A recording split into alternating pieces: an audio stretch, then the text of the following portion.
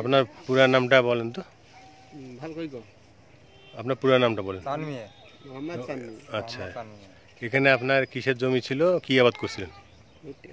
ভুট্টি, তামাক, তারপরে কোষ্টা। এবার ধান করছিলেন?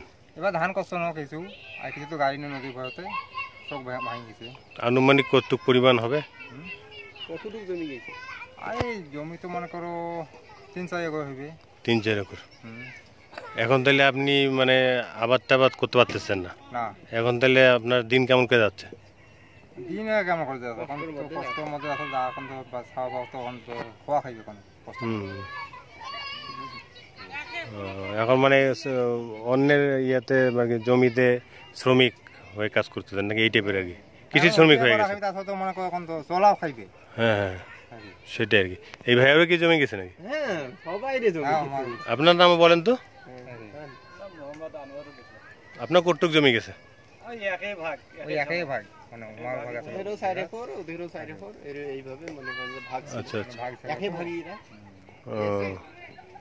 হ্যাঁ, 2 ভাই নাকি? ও আচ্ছা আচ্ছা আচ্ছা।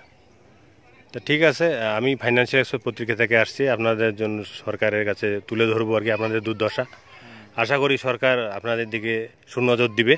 তা ঠিক আছে, থাকেন, ভালো থাকেন। হ্যাঁ, আচ্ছা, ধন্যবাদ। ঠিক আছে।